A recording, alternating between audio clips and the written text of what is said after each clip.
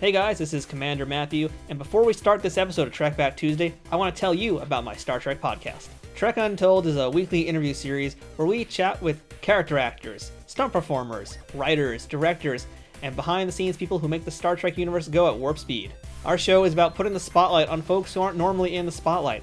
It's about the people who have contributed to Star Trek but aren't in the opening credits of the show. You might not know their names or recognize their faces at first, but I guarantee after you hear our discussions with them, you're going to never forget them again. If you're a fan of not only Star Trek history, but also cinema and television, as well as the entertainment industry and all sorts of other things, you're going to really enjoy hearing this podcast.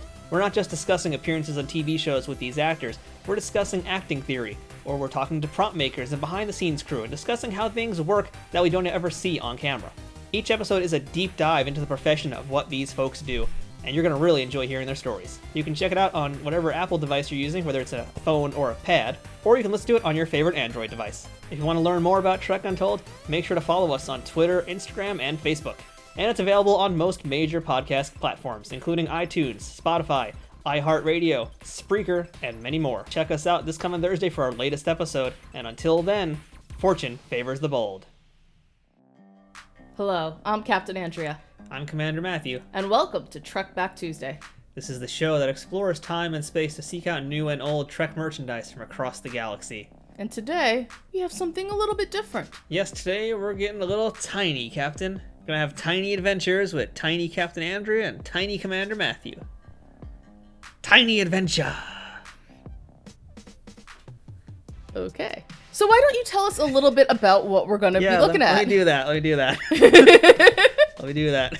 Yeah. So we're having all these tiny adventures, huh? Yeah, we are. You want to tell me a little bit about how we're going to get to those adventures? By shrinking down with that new ray that O'Brien made. Remember that episode of Deep Space Nine?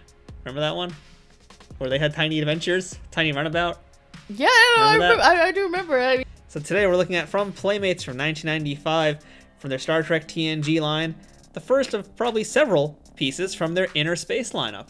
This is an intriguing series. It's an intriguing time period in boys' toys, if you will. But it was actually kicked off by girls' toys. Because this was around the time that the Polly Pocket craze had begun. Yeah, we did it first. They stole our idea. Pretty much did, actually, yeah. Because Polly Pocket came first and did extremely well. And that led to the birth of Mighty Max. And from there, basically everybody had to have a mini line. Barbie had one as well. The X-Men, when Toy Biz was doing their toys, had a little mini line as well. Loved all the mini stuff. There was a lot of lines that were either based on things already existing or new entities entirely, new IPs entirely. Oh, yeah. I actually think before Polly Pocket, I think it was called Charmkins. There was something similar. Predates it by quite a bit, yeah. Yeah. But point being is that around this time period is when that whole craze of having little tiny things was a big thing. Basically being able to have a whole toy set in your pocket. So Playmates cashed in hard as part of their Star Trek Innerspace series, and they did a bunch of tiny things, which I wasn't actually buying when they first came out.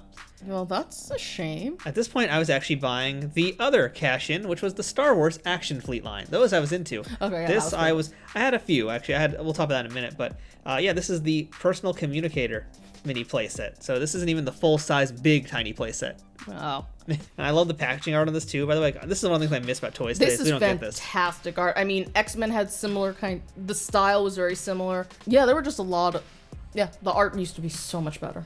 Yeah, I just love this, everything about this. This is great. The aesthetic is just 90s. Look at how good this is. And Playmates, I love their art in particular. I'll take a look at the back as well, which has got a little preview of who else is in this line so far, which includes the Enterprise and the Tricorder, which I both had as kids. Those I did have. I actually had those. But everything else didn't have. I wasn't buying at the time. The Star Trek stuff. And that stuff is fantastic looking. I mean, what do we have here? We have the Tricorder. We have the Borg ship. Romulan Warbird, Bird of Prey. And personally, I would have been all up about that Borg cube.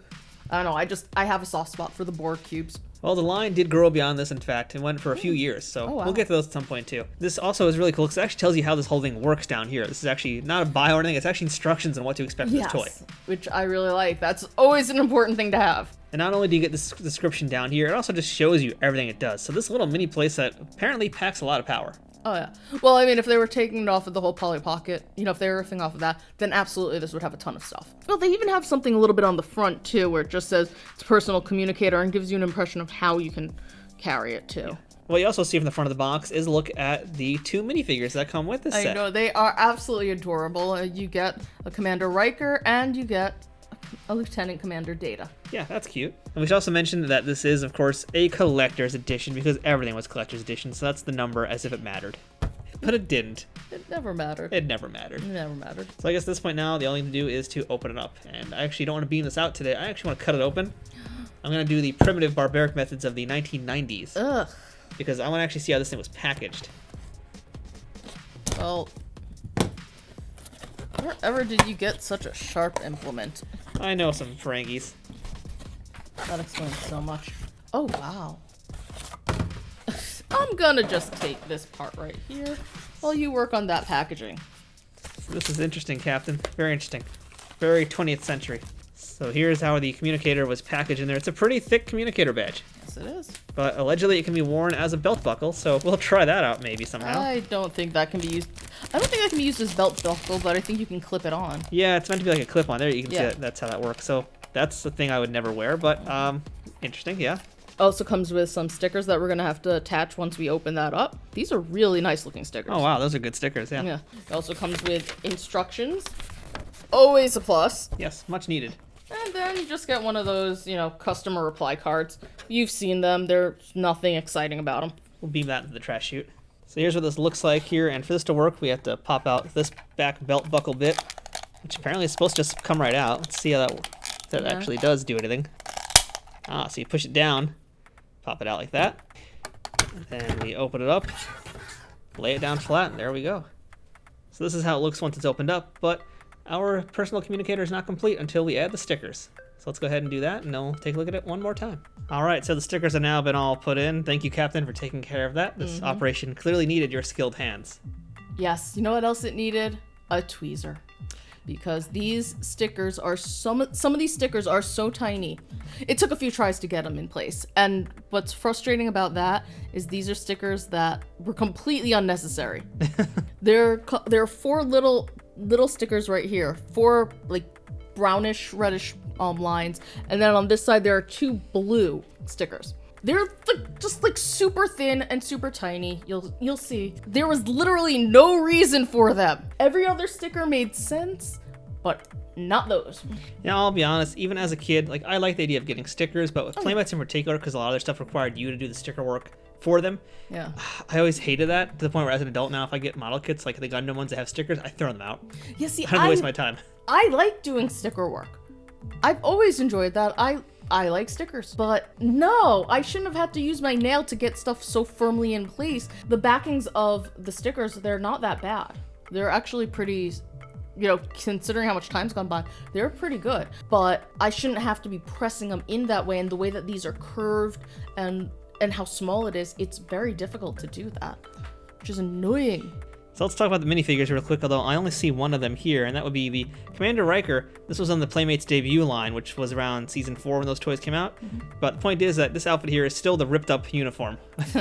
That's pretty great. I will say it's a pretty decent looking figure, but in order to do his sideburns, it's pretty bad. It looks ridiculous. It literally looks as though they drew a line down the side of his face. I mean, all things considered. Oh, all things considered. When you talk about the size of the figure, how it's like only about not even double the size of my fingernail. Oh yeah. That's pretty great for what it is. The articulation's like practically nothing, but no, this is the articulation. You can sit down, yeah, arms never moved on those, but he can at least take a squat. And, yeah, sit. I thought it was great. Now, Riker's gonna be needed for the next step. He's gotta work the transporter pad. He really does, because oh well. Goodbye, Riker. Oh look. It's Data.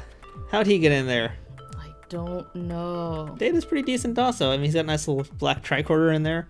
That's not terrible. No, he's not terrible at all. I always like these minifigures, even though they weren't like super great. No, they're cute. They're little minifigures. Exactly, yeah. They get the job done. This is something I did not notice down here. Yeah, what is that? You can change. It looks like you can open it up so you can see the inside. You get to see the inner workings. Oh, that's really cool. So this is how that works, I guess. Oh, I guess that's how we do that. Oh. I guess I shouldn't have used my hands, whatever. The magic is ruined. Oh, but that's really cool. They really did think of everything, and yes, this really does have that Polly Pocket kind of vibe to it. Yeah, it really does. I really like that. So this thing has a lot of really nice little details. I mean, as we mentioned, it got the little panels on here with the circuitry, which don't do anything other than look cosmetically cool, but That's nice. Well, I mean, if you're playing with it, the instructions say that you can slide open the real working floor panels to reveal the circuitry and make split-second repairs. So, if they're having a transporter malfunction, that's how you fix it. I guess so. There's a lot of nice little detailing, and most of the detail is really due to the stickers. Oh, yeah. So otherwise, everything is pretty basic, simple shaped. In terms of, ouch. Well, no, he's just on his knees in this case. Ow. Ow. What? He doesn't bend at the knees. He bends there. He has to repair it. So How about we just have him sitting? He has to work it like that, like he's rowing a boat. if he has to fix the circuitry, are you going to be on your knees or are you going to just pop a squat? Well, I'm not going to tear my spine in two to fix circuitry. Well, he looks like he's taking a poop anyway. Let's just have him on his head instead. He's not going to stand. He doesn't need to. But I do want to He just has to break. But I do want to point out that given the nature of what this playset is, I find it kind of hilarious that they both have the phasers. Well, that was the thing with these toys, is like they all typically had something in their hands because they couldn't put anything in and out of them. They were so small. So they all have something molded into their hands. No, I understand, but I just meant that I think it's funny that given this is a transporter room, they're moving somewhere, they're going somewhere, they're not fighting someone. Granted, if you have the other playsets, you can definitely create those kinds of scenes, but I just think it's a little funny that, I have to make split-second repairs? Let me hold on to my phaser while I do stuff, or let me use my phaser to shoot it. Well, clearly you didn't have the imagination of a 10-year-old boy. So I would have been like, oh, let me fix this computer problem. Pew, pew, pew, pew. Problem solved. I would have done that too. What's your point? Yeah, you would. Damn right I would. The stickers are really cool, despite them being a little frustrating for you to put on. They are really nice looking. They're good stickers, shiny, and they held up after 20 plus years, which is pretty good. This is a nice little set. I didn't have this one as a kid, but I would have enjoyed it, I think. I really have no complaints. It's a really nice set. It says, you get the vibe that it's from, you get the whole meaning of it. I could easily see myself putting this in my pocket today and bring it to conventions to show off to other Trek fans and be like, look what I got. And then I'd be labeled the biggest loser of Comic-Con. You would either be the biggest loser or the king. Because, it can go either way depending on who you're hitting up. I'm willing to take a risk and find out which one. Okay, you do that and let me know how it goes. After we don't quarantine anymore, but yeah. Except for the part where we have no cons until who knows when. Yeah. Aww. All right, anyway, back to this. Yeah, overall it's a lot of fun, and these sets are not that hard to get either. They're not that expensive. Ours was a little beat up, so we got it for a pretty decent price, but these are worth seeking out. I think if you're a collector of the Star Trek toys, I think you're gonna really like these little Innerspace dudes. I think so too. And what I really like about it, and again, it was the same thing that it was the same reason why Polly Pocket was so popular and so many of these other mini things were so popular, is this is a great piece because you can close it up and you can just display it somewhere. And then if you just want to have a little bit of fun to just show off a little something, you open it up and people can see, they know exactly what it is. They know what you love, and it doesn't take up that much space. No, it's really nice. Which is so nice. And on that note, I think we're going to fold up our personal communicator one more time just to make sure everything still fits in there nicely, and it does. Ooh. So yeah, that's our look at the Innerspace personal communicator playset from 1995. And yeah, there's plenty more where this came from. I am excited to look at them all. And on that note, I'm Captain Andrea. I'm Commander Matthew, and until next time, live long and buy toys.